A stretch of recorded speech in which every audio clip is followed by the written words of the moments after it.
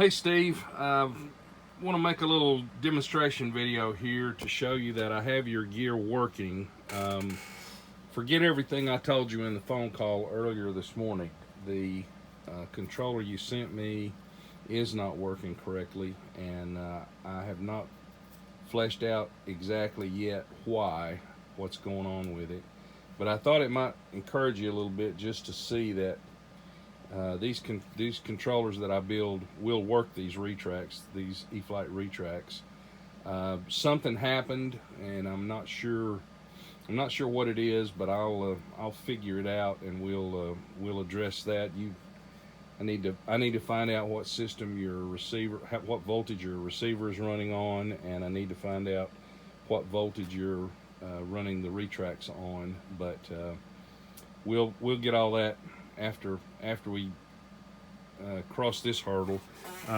It's going to be a hard video for me to make because I had to mount these things on the far ends of this board. I normally mount them closer together so that I can get my camera closer, but the way these things are made, these retracts the housings on these things are really difficult to mount, and I can see where I think you said you'd had some trouble with them binding in the mounts. I can see why, because of the way that they're made. And these retracts are also fast. I'm using a 2-cell 5400 battery on them, and if you use anything larger than a 2-cell, these things are going to jump up so fast it's going to make the plane jump up in the air. But anyway, let me show you this thing working, and I'll get this video posted to YouTube and send you the link. And then I'm gonna work a little bit longer, and then I'll call you and we'll discuss what we need to do different. This is your retract test switch that you sent me, and show you that it's working okay. This is the battery that powers the switch. This is the battery that powers the retracts, and I've got your gear door servo hooked up here so you can see. We'll toggle it, and you'll see that the gear doors open, and then your retracts come up, and your gear door shuts back again. And we'll go the other way. Gear doors open, retracts come down, and then your gear door shuts back again. I didn't hook the landing lights up because I noticed you didn't have them on the one set that you sent me. But anyway, the C3DL controller is capable of handling these retracts with no problem. Now, I did have to increase the threshold, the stall threshold on these.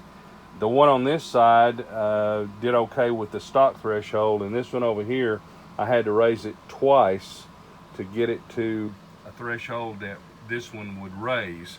Lowering was okay, but when it starts to pick that big tire and that strut up, this one wanted to sag on you. So the two retracts are not necessarily identical. I don't know if it's a difference in the motor, or if it's just a difference in the way the housing works. It seems to work smoothly when it works, but it had to have a higher threshold for it to come up.